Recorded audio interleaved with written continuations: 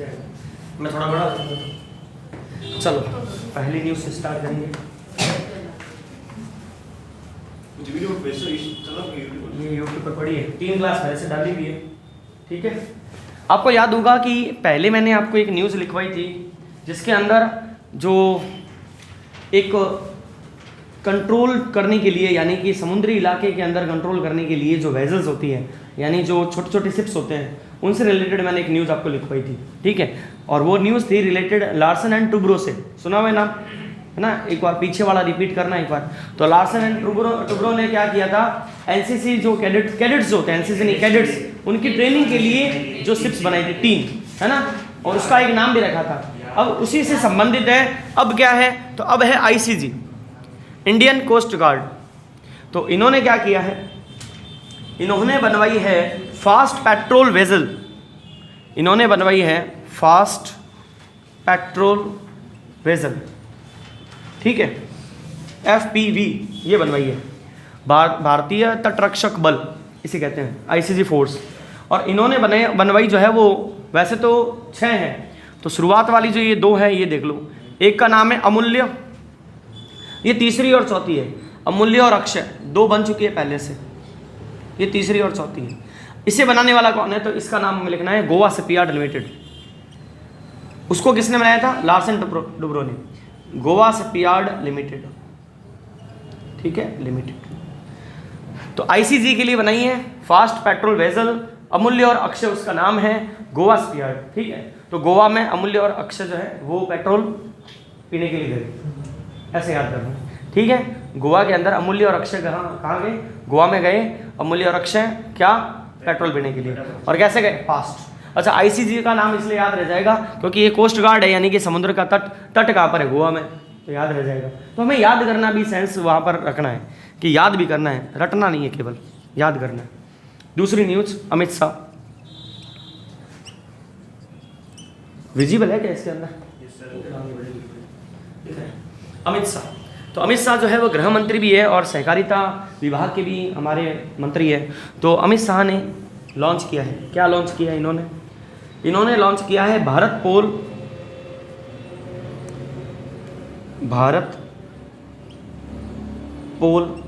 Portal, पोल में POL है, पोल portal, ये इन्होंने पोर्टल लॉन्च किया है।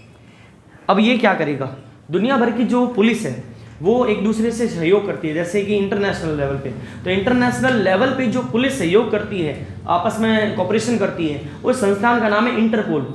सुना हुआ है ना, इंटरपोल, है ना, और अखबारों में भी आता है। तो ये इंटरपोल के साथ में हमारा सहयोग रहेगा। तो इस ऐप को लॉन्च किया है अमित शाह जी ने, और भारत पोल पोर्टल है, ये ध्यान रखना, एक प्रकार का पोर्टल, एक प्लेटफॉर्म है। और ये CBI जो है वो कंट्रोल करेगी, CBI के साथ में इसको कंट्रोल किया जाएगा। और इसमें कुछ नहीं है, एक इसके लिए जो एजेंसी है वो भी लिख लो, लॉ एनफोर्समेंट एजेंसी। तो कोई भगोड़े होते हैं ना, चोर कोई है, कोई ज़्यादा ही नामी डाकू है, इस प्रकार का कोई व्यक्ति है, इंटरनेशनल लेवल पे है, तो वो वहाँ से भाग के इधर आ गया है, तो वहाँ की पुलिस यहाँ की पुलिस से कॉपरेशन करती है ना, सीधा ऐसे नहीं कि आर्मी को बुला लिया, तो पुलिस का सहयोग रहेगा। इसके लिए भारत पोल नाम करके पोर्टल को लॉन्च किया गया है, ठीक है।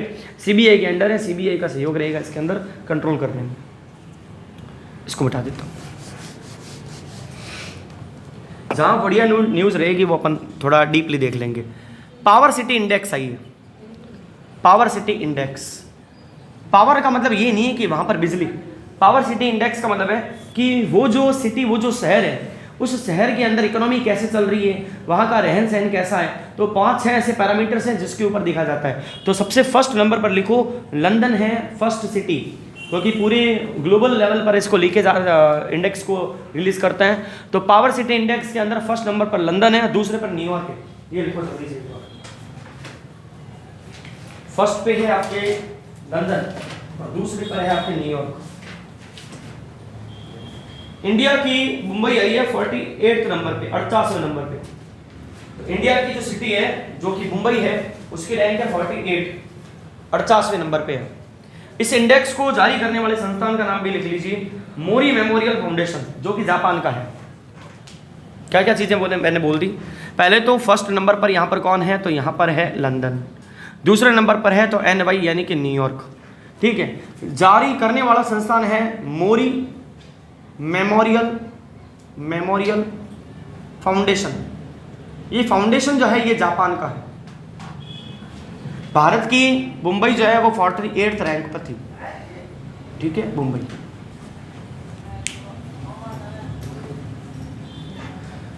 भारत सरकार की एक योजना है जिसका नाम है प्रधानमंत्री यशस्वी योजना। प्रधानमंत्री, अब प्रधानमंत्री पूरा नहीं लिखना है अपने को, PM लिख देना है। तो प्रधानमंत्री यशस्वी योजना, ये स्कॉलरशिप एक योजना है। इस योजना को लागू करवा दिया है पंजाब सरकार ने, इसीलिए इंपॉर्टेंट है। पंजाब सरकार का मतलब ये हो गया वहाँ पर किस पार्टी की सरकार है और वहाँ के जो CM उनका नाम क्या है। ठीक है, तो वो सरकार जो है उन्होंने इस योजना को वहाँ लागू करवा दिया है, इम्प्लीमेंटेशन वहाँ पर हो गया है। यशस्वी योजना ये एक प्रकार की क्या है, स्कॉलरशिप देने वाली योजना है और ये 2021-22 से स्टार्ट हुई थी, 2021-22 से। और स्कॉलरशिप मिलती किसको है, तो वैसे तो अलग से योजना पढ़ेंगे तो उसमें आ जाएगा, बाकी एक बार देख लेते हैं। एक तो OBC कैटेगरी, एक EBC, एक तो होता है EWS और ये है EBC यानी इकोनॉमिकली बैकवर्ड क्लास। ठीक है, प्लस 2 और इसके अंदर जातियों को जोड़ा गया है। एक तो है विमुक्त, रुक जा रही, एक है घुमंतु। ये 2 प्रकार की जो जनजातियां हैं उनको लिया गया है, OBC EBC और विमुक्त और घुमंतु, इनके लिए है स्कॉलरशिप यानी कि छात्रवृत्ति। ठीक है, अब ये पूछे कि ये जो PM यशस्वी योजना है ये भारत सरकार की किस मंत्रालय के अधीन है या किसके द्वारा क्रियान्वित है, किसके द्वारा इसको सही से इम्प्लीमेंट किया जाता है, तो वो है सामाजिक न्याय व अधिकारिता मंत्रालय। ठीक है, सोशल जस्टिस मिनिस्ट्री। नीचे लिख दूं क्या, आ जाएगा क्या नीचे? ठीक है, अगली न्यूज़ लिख लो। उत्तराखंड जो है उसमें मिनी 4 धाम है। वैसे तो 4 धाम भारत के 4 हिस्सों में है, लेकिन उत्तराखंड के अंदर भी मिनी 4 धाम है जिसमें गंगोत्री, जमुनोत्री ये सब है। ठीक है, और भी है। तो उन्होंने ये देखा कि 6 महीनों का या फिर 4-5 महीनों का टाइम होता है जिसमें पर्यटक ज़्यादा आते हैं, लेकिन जब बर्फबारी चालू हो जाती है तो वहाँ पर पर्यटक नहीं आते हैं। तो इन्होंने सोचा कुछ एक काम करते हैं, हम उत्तराखंड के अंदर वो जो पर्यटक ऑफ सीज़न रहते हैं, ऑफ सीज़न यानी कि अब सीज़न नहीं है लेकिन हम चाहते हैं कि हमारे वहाँ पर पर्यटक आ जाए, तो उसके लिए भी उन्होंने ये काम किया है। काम क्या किया है उन्होंने, वो जो बड़े बड़े मंदिर हैं वहाँ की मूर्तियों को नीचे के इलाके में स्थापित कर देंगे। जब ऑफ सीजन होगा तो वो मूर्तियों को नीचे लेके आ जाएंगे। अब इसका मतलब ये नहीं कि केदारनाथ की शिवलिंग को नीचे लेके आएंगे, ऐसा नहीं है, केवल मूर्तियों को लेकर आएंगे। हो सकती है वहाँ पर मूर्तियों, मैं तो नहीं गया हूँ, कोई गया हुआ है क्या केदारनाथ जी? तो वहाँ पर मूर्तियाँ हैं तो वो मूर्तियों को लेकर आएंगे और अलग अलग जगह पर रखेंगे। तो वो जगह हमारे लिए इंपॉर्टेंट नहीं है कि कौन से वाले को कहाँ रखेंगे, बस इतना हमें पता होना चाहिए उत्तराखंड के अंदर ऐसा किया जाएगा ऑफ सीजन। ठीक है, और इसको नाम दिया है 4 धाम सर्किट, शीतकालीन 4 धाम सर्किट, शीतकालीन 4 धाम सर्किट, 4 धाम सर्किट। ठीक है, अब शीतकालीन यानी सर्दियों में ही होती है बर्फबारी, तो उसी समय हमें क्या करना है, पर्यटकों को बुलाना है, भाई तुम आओ तो सही। ऐसा थोड़ी है कि पूरा ही बंद हो गया है। और अगर कोई ऐसी जगह हो ना जहाँ पर इकोनॉमी इसी के बेसिस पे चलती हो तो फिर वहाँ पर ये सब काम सोचने पड़ते हैं। उत्तराखंड के इकोनॉमी में 9% कंट्रीब्यूशन है इस चीज़ का, 9%, बहुत होता है 9%। फरवरी के अंदर हो गया आपके बेंगलुरु के अंदर, बेंगलुरु सही लिखा है क्या मैंने स्पेलिंग, बीच में आएगा कुछ। बेंगलुरु की एक जगह है येलहंका, ठीक है, यहाँ पर होता है एयर शो और ये एशिया का सबसे बड़ा एयर शो है। यहाँ पर जो लड़ाकू विमान है, एक तरीके से ऐसा समझ लो कि लड़ाकू विमान और जो मिलिट्री के जो इक्विपमेंट्स होते हैं, जो सामान होते हैं या फिर जो भी अस्त्र शस्त्र हैं, उनका एक तरीके का बाजार है। जैसे अपने मेगा मार्ट लगता है ना, वैसे है। तो ये प्रदर्शनी दिखाई जाती है, खरीदने वाले खरीद लो भाई, ऐसा है। तो ये हमने किया है। एशिया का सबसे बड़ा एयर शो कहाँ हुआ है? येलहंका में, ठीक है। और इसका ये 15th एडिशन था, 15वां संस्करण था, 15वां संस्करण था। इसकी थीम लिख लो, इसको थीम पूछ ले तो थीम के अंदर बस एक वर्ड याद रखो भाई, एयर शो का मतलब क्या है, आसमान में उड़ने वाली चीज़ें, यानी हवाई जहाज। हवाई जहाज कहाँ उतरेगा, रनवे पे, तो बस इसकी थीम में एक शब्द है रनवे। पूरा अगर मैं बोल दूँ तो थीम पूरी है, the runway to a billion opportunity. Opportunity यानी अवसर, अवसर किस चीज़ के, वहाँ की चीज़ों को खरीदने के। इससे होगा क्या कि हम भी ज़्यादा से ज़्यादा जो डिफेंस के इक्विपमेंट है वो एक्सपोर्ट कर पाएंगे, इसीलिए है डिफेंस यानी कि रक्षा क्षेत्र एक्सपोर्ट करना है हमारा, ये टारगेट भी है। तो रनवे इस थीम के अंदर रनवे है, ध्यान रखना बस। हाँ हम भी लेंगे तो। अच्छा आपको याद होगा मैंने कहा था कि खो खो वर्ल्ड कप 2025 के अंदर इंदिरा गांधी स्टेडियम के अंदर दिल्ली के अंदर होने वाला है, ठीक है, खो खो वर्ल्ड कप। उसके अंदर खो खो वर्ल्ड कप हो रहा है, खो खो हो गया, ठीक है। उसके अंदर आपको मैंने 2 न्यूज़ पढ़ाई थी, क्योंकि वो टाइम हो गया उसको करवाए हुए। उसमें 2 न्यूज़ पढ़ाई थी। एक तो मैंने न्यूज़ पढ़ाई थी उसके अंदर ये सलमान खान और टाइगर श्रॉफ से रिलेटेड, तो वो वहाँ पर उसमें क्या बने थे, एम्बेसडर, ठीक है। तो एक तो वो न्यूज़ थी। एक न्यूज़ और ये ऐड कर लो, भारतीय राष्ट्रीय खो खो, तो मैं राष्ट्रीय लिख देता हूँ बस एक बार, राष्ट्रीय खो खो टीम जो है, अब खो खो टीम है, इनको हम स्पॉन्सर करना चाहते हैं 2025 से 2027 तक। ये बेड़ा उठा लिया है उड़ीसा सरकार ने। उन्होंने कहा है हम इसे स्पॉन्सर करेंगे और हम 5 करोड़ सालाना देंगे, एनुअली 5 करोड़ इनके ऊपर निवेश करेंगे सालाना। तो खो खो टीम के ऊपर स्पॉन्सर करेंगे सालाना 5 करोड़, ठीक है।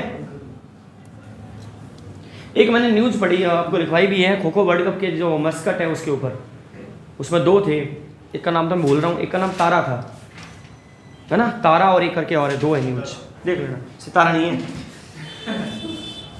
देख लेना, हिरण है, हिरण। और जहाँ हिरण होगा वहाँ पर तो बोलो मत रे, यूट्यूब पर जाएगी।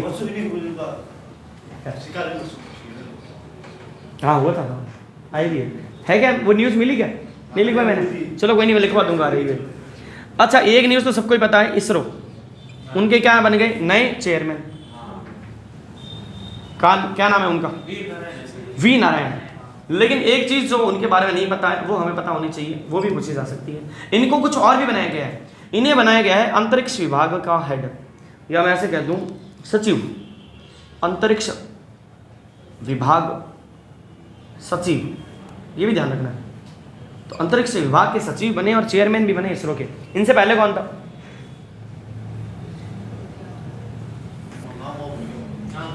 जी के तुम्हारा सोमनाथ जी देखे, सोमनाथ जी, सोमनाथ जी देखे, सोमनाथ जी, ठीक है, ऊपर लिख देता हूँ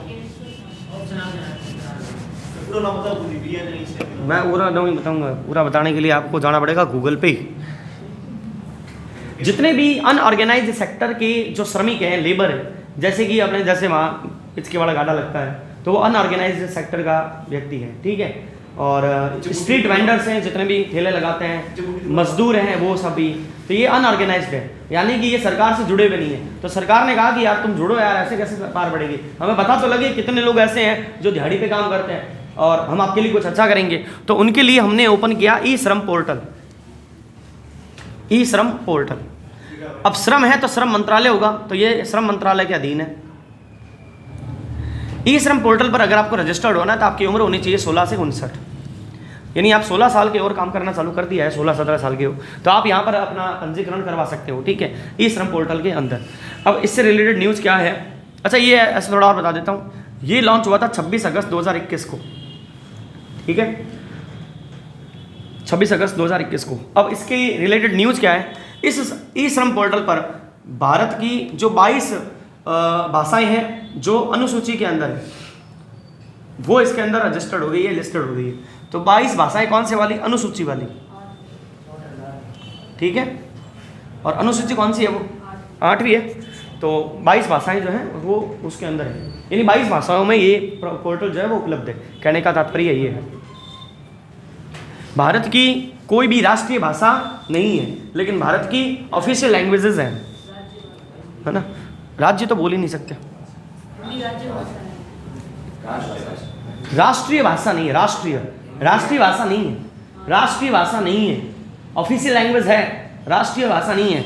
22 भाषाएं हैं जो अनुसूची के अंदर, संविधान के अंदर हमारे हैं, राष्ट्रीय भाषा नहीं है, नहीं है, सर्च कर लो, राष्ट्रीय भाषा नहीं है। तो लड़ाई होती है ना, कितनी होती है, बहुत मात्रा से हुई है। जब जब स्टेट से स्टेट बनाए जा रहे थे और आप एकीकरण पढ़ोगे भारत का, तब आप ये पाओगे जिसके अंदर ये था कि पहले 2 गुट बन गए। एक गुट तो ये था जो कह रहा था कि भाषाओं के आधार पर प्रांत बना दो, प्रांत यानी कि राज्य बना दो भाषाओं के आधार पर। पहले मना कर दिया गया, फिर उन्होंने कहा कि भाषाओं के आधार पर प्रांत नहीं बनाए जा सकते, लेकिन कहीं कहीं पर बनाना पड़ा। फिर उन्होंने कहा आप इसको, हाँ इसीलिए कह रहा हूँ ऑफिशियल लैंग्वेज है, ऑफिशियल लैंग्वेज। हाँ ठीक है, अगली न्यूज़ लिख लेते हैं अपन। ई श्रम हो गया। ब्लू ओरिजिन, क्या आप मुझे बता सकते हो कि ब्लू ओरिजिन कंपनी का नाम आपने सुना हुआ है क्या? और सुना हुआ तो इसके मालिक कौन है? तो पहले तो इनके मालिक है अमेजॉन के मालिक जेफ बेजोस, पूरा लिख देता हूँ। अब ब्लू ओरिजिन जो है ये कंपनी जो है वो किससे रिलेटेड है? ये रिलेटेड है स्पेस से। जैसे कि अगर मैं स्पेस की बात करूं तो ये टेस्ला का मालिक कौन है? Elon Musk. तो उसकी क्या है, उसकी कंपनी का नाम क्या है? Space x. तो ये जेफ बेजोस है, उसकी कंपनी का नाम क्या है? ब्लू ओरिजिन है। ठीक है, अब ये चर्चा में क्यों है? तो ये एक सैटेलाइट बनवा रहे हैं, नाम है न्यू ग्लेन। न्यू ग्लेन, ये जो ग्लेन है इनका नाम था जॉन ग्लेन, इनके नाम पर ये सैटेलाइट का नाम रखा गया है। और ये फ्लोरिडा से लॉन्च होंगे, फ्लोरिडा यूएस से लॉन्च होगी सैटेलाइट। रुक जा रही यार, पता कहाँ गया। ठीक है, और ब्लू ओरिजिन जो है फ्लोरिडा से इस सैटेलाइट को लॉन्च कर रही है। खास इसमें इतना ही है कि न्यूज है, बस इतनी बात बताऊंगा और क्या बताऊंगा। ऑर्बिटल रॉकेट है ये। क्या है? ऑर्बिटल। ऑर्बिट में हाँ? इससे होता क्या है? गूगल करो। Orbital, orbital rocket, orbital rocket. ठीक है, ब्लू ओरिजिन जो है ये इसकी सैटेलाइट है न्यू ग्लेन। और जॉन ग्लेन जो है उन्होंने पृथ्वी की परिक्रमा की थी। तो वो नासा के पहले वैज्ञानिक थे जिन्होंने पृथ्वी की परिक्रमा की। नासा के थे या यूएसए के थे, वो आप सर्च कर लेना। जॉन ग्लेन जो है वो पृथ्वी की परिक्रमा करने वाले व्यक्ति थे। जॉन ग्लेन जो साइंटिस्ट थे, ठीक है, यूएसए की तरफ से। और वैसे आपको पता है कि पहले जो दबदबा था वो यूएसएसआर का था, यानी रसिया का था स्पेस के अंदर। और उसके बाद में नासा का जन्म हो गया, नासा आ गई। एक पेज अपने कंप्लीट हो गया। कितना टाइम हो गया? 17 मिनट हुए। ठीक है, 35 मिनट बन जाएगा। अगला लिखो। गुजरात के अंदर एक बहुत बड़ा पोर्ट है, नाम है कांडला पोर्ट है। उसका एक नाम और है जो चेंज कर दिया गया था, दीनदयाल। दीनदयाल, ठीक है। ये इंपॉर्टेंट क्वेश्चन है क्योंकि इन्वेस्टमेंट बड़ा है। यहाँ पर करवाया जा रहा है 57,000 करोड़ का निवेश। इधर देख लो, 57,000 करोड़ का निवेश किया जा रहा है। इस 57,000 करोड़ के निवेश को अपन 2 भागों में बांट देते हैं। पहला भाग है 30,000 करोड़ और दूसरा भाग है 27,000 करोड़। ये 2 भागों में बांट दिया। जो 30,000 करोड़ है वो किसके लिए है? तो वहाँ पर हम बहुत बड़ी शिप बनाएंगे, शिप को रिपेयर करने वाला एक जगह बनाएंगे जिसे अपन कहेंगे mega ship building factory. Mega ship building factory, ये फैक्ट्री लगानी है। वहाँ पर बड़े बड़े जो जहाज होंगे उनको रिपेयर किया जाएगा, ठीक है। और बड़े जहाज कौन से? तो वेरी लार्ज क्रूड कैरियर्स, यानी कि तेल ले जाने वाले। तो मैं यहाँ पर छोटा सा तेल लिख देता हूँ, ठीक है। तेल ले जाने वाले जो जहाज होंगे उनको इतनी बड़ी राशि के अंदर डेवलप किया जाएगा फैक्ट्री को। और 27,000 करोड़ कहाँ लगाएंगे? तो इसके 27,000 करोड़ लगाएंगे टूना नाम की जगह पर, ठीक है। टूना नाम की जगह के पास में बनाया जाएगा cargo terminal. Cargo terminal, terminal, बस हमें इतना ही बता रहे हैं, टर्मिनल। तो 57,000 करोड़ का निवेश होगा कांडला पोर्ट के ऊपर। 30,000 अलग, 27,000 अलग, ठीक है। 57 हो गया, 30 और 27।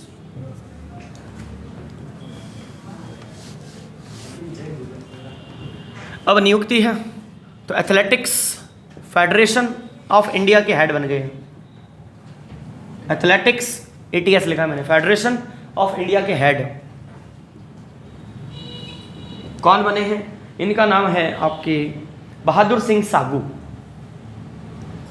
बहादुर सिंह सागू। कोई पूछ ले कि ये कौन से खेल के खिलाड़ी थे, तो शॉर्ट पुट के थे, शॉर्ट पुट के प्लेयर थे ये, ठीक है। और ओलंपियन भी रहे हुए। Bahadur Singh सागू athletics federation of India के हेड बन गए हैं, नियुक्ति है ये। अब एथलेटिक्स बहादुर सिंह सागू, कुछ भी करके रिलेट कर लो, यानी एथलेटिक्स में वही लोग जाते हैं जो बाहर से और अंदर से बहादुर हो, ठीक है, तो वो एथलेटिक्स में जाते हैं। एथलेटिक्स में बहुत सारे गेम्स होते हैं। अगला लिखिए, अब आएगा अपना इंपॉर्टेंट ब्रिक्स। ये इंपॉर्टेंट है। पहले तो न्यूज़ क्या है, न्यूज़ ये है कि ब्रिक्स का 10वां मेंबर बन गया है। 10वां मेंबर बन गया है। कौन बन गया है? इंडोनेशिया। इंडोनेशिया। अब ब्रिक्स की थोड़ी सी हिस्ट्री देख लो। पहले ये ब्रिक था, पहले क्या था? ब्रिक, यानी कि ब्राज़ील, रसिया, इंडिया और चाइना। तो उसके बाद में साउथ अफ्रीका ने कहा मेरे को भी ले लो। अब हो गए कितने? 5। कितने हो गए? 5। फिर आया साल 2023। 2023 में 6 जनों ने कहा कि हम भी इसका मेंबर बनेंगे 2023 के अंदर, ठीक है। और 2023 के अंदर जो इसका समिट हुआ था वो साउथ अफ्रीका के अंदर जोहानिसबर्ग में हुआ था, जोहानिसबर्ग में। तो वो जो देश थे 6 कौन कौन से थे? एक तो था अर्जेंटीना, एक था इजिप्ट, जो मैंने आपको बोला भी था कि आएगा आपके इजिप्ट, एक आपके था सऊदी अरब, सऊदी अरब, एक और कौन सा था? इथोपिया, 1 2 3 4, ईरान और यूएई। अब क्या हुआ? अब ये हुआ कि अर्जेंटीना ने मना कर दिया। बात तो ये कि इतने जने बनेंगे, अर्जेंटीना ने मना कर दिया। इजिप्ट बन गया, इथोपिया बन गया, यूएई बन गया, ईरान बन गया, ठीक है। और 1 2 3 4 5 4 9, 4 जने बन गए। इन्होंने मना नहीं किया लेकिन ये प्रोसेस में चल रहे हैं। इन्होंने मना नहीं किया लेकिन ये प्रोसेस में चल रहे हैं। तो फुल मेंबर कितने बन गए? 5 पहले से हो गए। पहले 4 थे, फिर कितने हो गए? 5 5 और फिर 4 9, यानी कि आपके पास में यहाँ पर 2023 के अंदर मैं कह सकता हूँ 4 बन गए। 2023 में 4 बन गए, ठीक है। तो 5 और 4 9 हो गए। अब एक और बन गया, ये बन गया आपके 2025 के अंदर। और ये एक कौन है? तो ये एक आपके मेंबर है इंडोनेशिया। तो टोटल पूछे कितने हो गए? 10। अच्छा, अभी तक ये बना नहीं है सऊदी अरब। मान लो पेपर में आज 11वां कौन सा है? तो 11वां सऊदी अरब है, क्योंकि वो प्रोसेस में चल रहा है। तो ब्रिक्स के बारे में आपको ये ध्यान रखनी चीज़। 2025 के अंदर ब्रिक्स समिट कहाँ होगा? ब्राज़ील में। ये भी ध्यान रखना। तो ब्रिक्स की हिस्ट्री, ठीक है। देखो, ब्रिक्स एक ऐसा समिट है जहाँ पर आप सोचो कि इंडिया और चाइना साथ में है ना, इसलिए इंपॉर्टेंट भी है। और अभी जो दिक्कतें पैदा हो रही है जियोपॉलिटिक्स के अंदर, वो ब्रिक्स के कारण ज़्यादा हो रही है। क्योंकि आपको अगर पता होगा, ब्रिक्स के अंदर ब्रिक्स करेंसी लाने की भी बात हुई थी। रशिया ने कहा हम ब्रिक्स करेंसी लेके आएंगे, डॉलर को मतलब कि नीचा दिखाने के लिए, या थोड़ा उसको उसके साथ में फाइटिंग करने के लिए, डॉलर के लिए। इसे डी डॉलराइजेशन कहते हैं, इस प्रोसेस को डी डॉलराइजेशन, डॉलर को कम कर देना। डॉलर की वैल्यू जैसे जैसे बढ़ेगी तो फिर दूसरे देशों की इकोनॉमी ठप भी होती रहेगी। इसलिए उन्होंने सोचा कि हम एक नया ये लेके आते हैं। अभी तक ये ऑफिशियल नहीं है कि डी डॉलराइजेशन कर रहे हैं क्या। तो ऐसा करते ही ट्रंप ने कहा था ब्रिक्स को सीधा, क्योंकि ब्रिक्स के अंदर कौन है? मेन लड़ाई इससे है, आर से। आई और सी के लिए कुछ नहीं है, आर से है। आर के बाद में जो यूएस है उसको चाइना से दिक्कत है। देखो ऐसा ना कि आपकी इकोनॉमी के आसपास जो लोग होते हैं ना, भाई मैं 50 पे हूँ और कोई 48 और 49 पे आ जाएगा ना, मेरा जोड़ उससे होगा, 15 और 20 वाले से नहीं होगा। तो इनकी लड़ाई मेन इनके साथ में। आई के पास में तो आता ही नहीं है। आई का तो पता है बिजनेस है। 150 करोड़ जनता किसी देश के पास हो, इतनी जनता किसी के पास हो, तो सारे सोचेंगे कि यहाँ पर तो व्यापार ही करेंगे, हम पे युद्ध करने वाले आएंगे नहीं, हम पे व्यापार करने वाले आएंगे कि हम इनसे व्यापार कर लेते हैं। 150 करोड़ है, अगर 800 करोड़ की आबादी में से 150 करोड़ अपने पास में है और लगभग इतनी ही चाइना के पास में, तो 300 करोड़ तो अपन ही ले गए। इसीलिए हमारे से तो व्यापार की बात करेंगे, झुक के रहेंगे, वरना अपने रवाना कर देंगे। अपने साथ ऐसा नहीं कर सकते। उन्होंने कहा था ट्रंप ने कि मैं जैसे ही सत्ता में आएंगे तो टैरिफ्स बढ़ा देंगे, यानी कि एक तरीके से ऐसा समझ लो कि हमारी चीज़ें वहाँ पर बेचेंगे तो ज़्यादा महंगी हो जाएगी। की क्या? नहीं की, क्योंकि अगर वो करेंगे तो हम भी तैयार बैठे हैं, हम भी कर सकते हैं। और उनके मुकाबले हमारे पास में जनता ज़्यादा है, वो बेच सकते हैं। और टेस्ला का जो मालिक है, ये अपने, इनको तो भारत का व्यापार करना है, यहाँ आना चाहता है वो, लेकिन आ नहीं पा रहा। अगर आएगा तो फिर यहाँ की जो ऑटोमोबाइल कंपनीज है वो पिट जाएगी, इसलिए वो नहीं आ पा रहा है। ये दिक्कतें हैं। तो जियोपॉलिटिक्स बहुत शानदार एक चीज़ है। अगर आप देखोगे आसपास की दुनिया में क्या हो रहा है, अभी खेल हो रहा है। सोचो अभी आप अपने रिसेंट वो वीडियोस देखी है जिसमें जेलेंस्की जो है वो लड़के आया है, ठीक है। अब वो लड़के आया है तो जितने भी यूरोपियन यूनियन की कंट्रीज के जो हेड है वो सारे जेलेंस्की को सपोर्ट कर रहे हैं। बताओ, सोचो कि यूरोपियन यूनियन और यूएसए साथ में रहने वाले हैं, नाटो कंट्रीज होगी एक तरीके से, और वो एक दूसरे से दो धड़ों में बट रहे हैं। तो बहुत खेल शानदार हो रहा है। 5-6 महीनों में खेल बदलेगा, 5-6 महीनों में, 1 महीने में बदल जाए तो बड़ी बात नहीं है, हो रही है। ट्रंप ने बुला लिया उसको, अब सोचो कि वो वीडियोस देखना एक बार आप, ट्रम्प जो है उसकी एंट्री होती है, गेट के बाहर होते हैं, गेट के बाहर होते हैं, तो वो उसे कहता है और एकदम तैयारी के साथ आए हो, मजाक उड़ा रहे हैं उसकी, जेलेंस्की की मजाक उड़ा रहे हैं सबके सामने। तो ऐसे है ना कि जैसे मान लो कि मैंने इसको बुलाया, तो आप बात करनी देर से, तो एकदम पूरा तैयार होके आया है, तो मैं सबको कह रहा हूँ देखो देखो वैसे तैयार होके आए हैं लड़ने के लिए, मतलब तुर्क उड़ा रहे कहने मतलब है।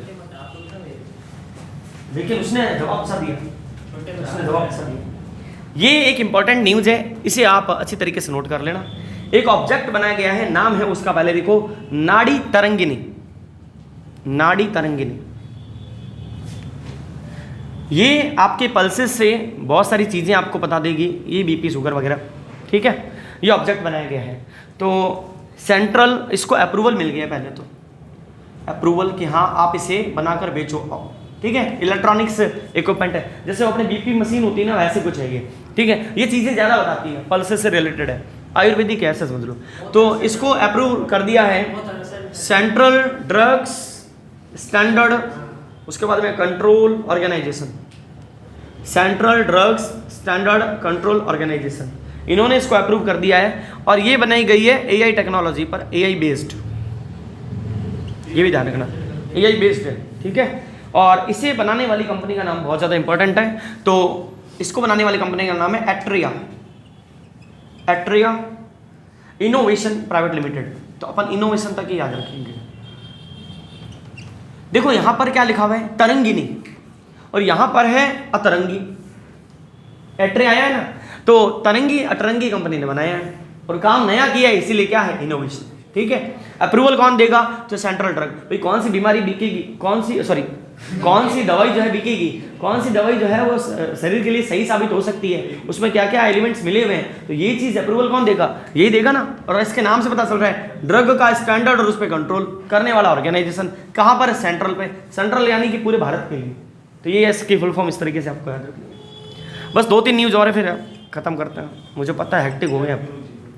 एशिया की सबसे बड़ी shallow wave basin research, Asia की सबसे बड़ी क्या है, पहले तो शैलो वेव्स, जो 3 मीटर की हाइट तक की जो वेव्स बनती है, यानी जो समुद्र की लहरें बनती है, उसे अपन कहते हैं शैलो वेव्स बेसिन रिसर्च। देखो अगर मान लो कि मुझे रिसर्च करनी है समुद्री लहरों के ऊपर, ठीक है, उनकी गति के ऊपर, तो मेरे पास में ऐसा तो है नहीं कि मैं समुद्र में जाके ये रिसर्च कर लूँ। तो इसके लिए हमने एक रिसर्च लैबोरेटरी बना दी है। कहाँ बना दी है, आईआईटी मद्रास के अंदर। आईआईटी मद्रास जहाँ पर है उससे थोड़ी दूरी पर उनका एक कैंपस है, वहाँ पर ही बनाई गई है शैलो वेव्स बेसिन रिसर्च। और ये जो एक तरीके से लैब है पूरा, ये इसके अंदर 3 मीटर की हाइट तक की जो वेव्स है वो जनरेट की जा सकती है। पानी की लहरें बनती है ना, जैसे अपने वेव्स वाले पूल आ गए, स्विमिंग पूल, बस कुछ वैसी वेव्स बनती है, तो वहाँ पर साइंटिफिक रिसर्च होती है इसके लिए। तो एशिया की सबसे बड़ी है ध्यान। और इसमें बस इतनी है इसके न्यूज। अब ये इंपॉर्टेंट है ना, जहाँ पर 2 स्टार बना दो इंपॉर्टेंट है। आपको मैंने बताया था गूगल का एआई असिस्टेंट जो है उसका नाम था जेमिनी, है ना, तो जेमिनी था वो एआई असिस्टेंट, एआई सॉफ्टवेयर। एक और इन्होंने बनाया है VO2। VO2 क्या करता है, आपको हाई क्वालिटी की वीडियोस ला के दे देता है, प्रोवाइड करता है। तो VO2 तो VDO है ना, वीडियो यानी कि आपको ये हाई क्वालिटी की वीडियो देगा, हाई क्वालिटी वीडियोज VDOS लिखा मैंने, ठीक है, वीडियोज। और गूगल का एक कौन सा था, वो जेमिनी, जिसका एक्सटेंडेड वर्जन भी आ गया था, EXP करके मैंने लिखवाया था, याद है आपको, जेमिनी का EXP करके, है ना। तो ये उसका अपडेटेड वर्जन था जेमिनी, ध्यान रखना है। एक गूगल का और एक सॉफ्टवेयर है जिसका नाम है इमेजिन, नाम है इमेजिन 3। तो इमेजिन 3 से आप कोई भी फोटो को जो आपने इमेजिन की है, स्पेलिंग हो सकता है ऐसी ही हो, मैंने ये गलत नहीं लिखी है, मैंने जहाँ से देखी वहाँ से मैंने यही लिखा हुआ देखा, इमेजिन 3। जैसे आपको मान लो कि आपको चाहिए कि एक फ़ैन है जो कि ख़राब है और उसे ठीक कर रहा है एक मिस्त्री, तो आपने वहाँ पर ऐसी लाइन लिख दी इमेजिन 3 में जाके, तो वो आपको एआई बेस्ड वहाँ पर फोटो दे देगा। इवन आजकल तो सीधी डायरेक्ट वीडियो भी बना के दे देते हैं एआई से बनी हुई, ठीक है। तो इमेजिन 3 नाम करके, तो ये गूगल का, ये भी जेमिनी गूगल का, VO2 भी गूगल का। अच्छा, ये जो जेमिनी है इसका पुराना नाम भी पूछ रहे तो ध्यान रखना, इसका पुराना नाम है बार्ड। इसका पुराना नाम क्या है, बार्ड है, ठीक है। अब ये बार्ड बोल्ड यानी कि ओल्ड, पुराना हो गया तो अपन ने नया रख दिया जेमिनी, G फॉर गूगल और G फॉर जेमिनी। उस दिन मैंने बताया नहीं था बार्ड, ठीक है, आज बता दिए।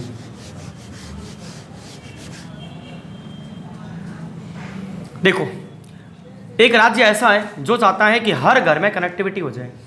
हर घर में क्या हो जाए? कनेक्टिविटी। किस चीज़ की कनेक्शन? किस चीज़ का देंगे कनेक्शन?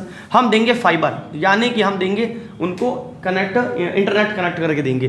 तो उनको उन्होंने नाम दिया है फाइबर टू होम। अब कितने होम लिए? तो 25,000 घर लिए। और घर घर कनेक्शन देने वाला किसका? इंटरनेट का। एक ही राज्य हो सकता है, गुजरात। तो गुजरात ने 25,000 घरों में हर घर कनेक्टिविटी जो योजना एक प्रकार से चालू कर दी, फाइबर टू होम। ठीक है, फाइबर टू होम 25,000 घरों में, गुजरात। एक कंपनी है स्पेस किड्स नाम करके, स्पेस किड्स, वो 108 देशों से 12,000 लड़कियों को चूज कर रहे हैं, उनको ट्रेन करेंगे। 108 देशों की 12,000 लड़कियों को क्या करेंगे? ट्रेन करेंगे और बनाएंगे एक सैटेलाइट। क्या बनाएंगे? एक सैटेलाइट। और वो सैटेलाइट जो है वो लूनार मिशन पे बेस्ड होगी। लूनार मिशन, मिशन को मैं एमएसएन लिखता हूँ, मिशन को हमेशा मैं लिखता हूँ एमएसएन। तो एक सैटेलाइट बनाएंगे वो लोग, लूनार मिशन। और ये जो सैटेलाइट है, ये उनका टारगेट है सितंबर 2026 तक लॉन्च कर देनी है। और उस सैटेलाइट का नाम भी होना चाहिए। तो उस सैटेलाइट का नाम है शक्ति सैटेलाइट। शक्ति को अपन ऐसा लिखते, शक्ति सेट, शक्ति सेट नाम है। इसी तरीके से एक और सैटेलाइट आज़ादी सेट करके जो है वो भी लॉन्च की गई थी, आज़ादी सेट। इसका नाम क्या है? शक्ति सेट।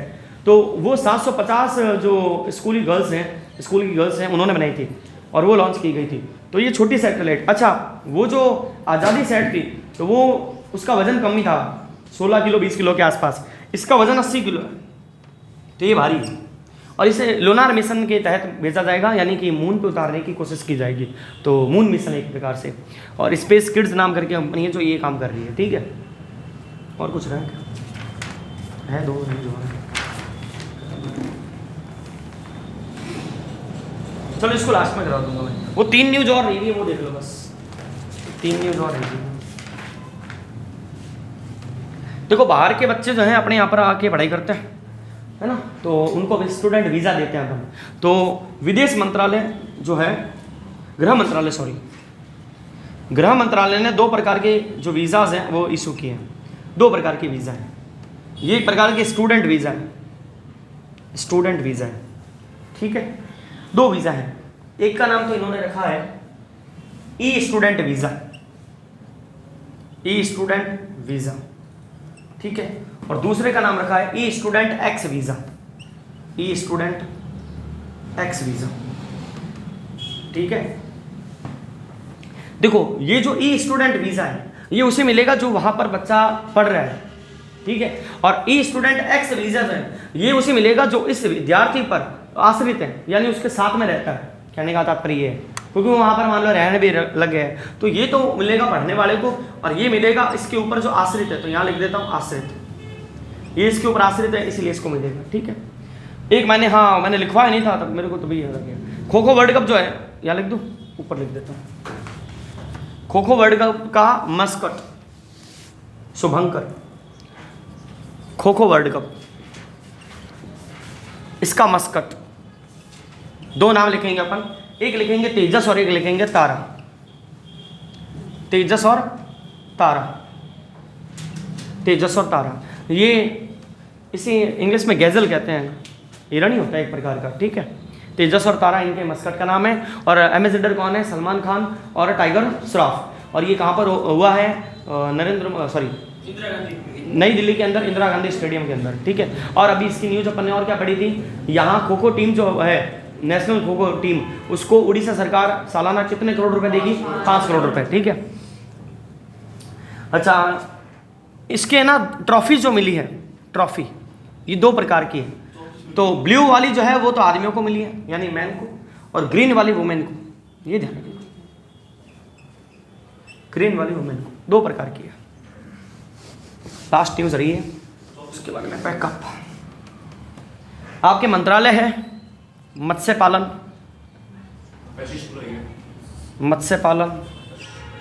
पशुपालन, डेयरी मंत्रालय, ये मंत्रालय है। ठीक है, एनिमल हस्बेंड्री ये वाला, इन्होंने बनाया है पहला जैविक मत्स्य पालन क्लस्टर, पहला वो भी जैविक मत्स्य और मत्स्य पालन क्लस्टर। एक ऐसी जगह होती है जहां पर मछलियों को पाला जाता है, कहने का मतलब है जैविक यानी कि वो पूर्णतः ऑर्गेनिक है। भारत का ऑर्गेनिक स्टेट जो पहला है वो है सिक्किम, तो इसे भी कहाँ बनाया गया है? सिक्किम में। जैविक है ना, जैविक यानी ऑर्गेनिक, ऑर्गेनिक। तो ये बना है सिक्किम में। अब पूछे सिक्किम में भी कौन सी जगह पर? तो सोरेंग में, SORENG, सोरेंग। तो सिक्किम के सोरेंग में पहला जैविक मत्स्य पालन यानी मत्स्य पालन क्लस्टर बनाया गया है इस मंत्रालय के द्वारा। ठीक है, ओके, आज के लिए इतना ही, मिलते हैं कल।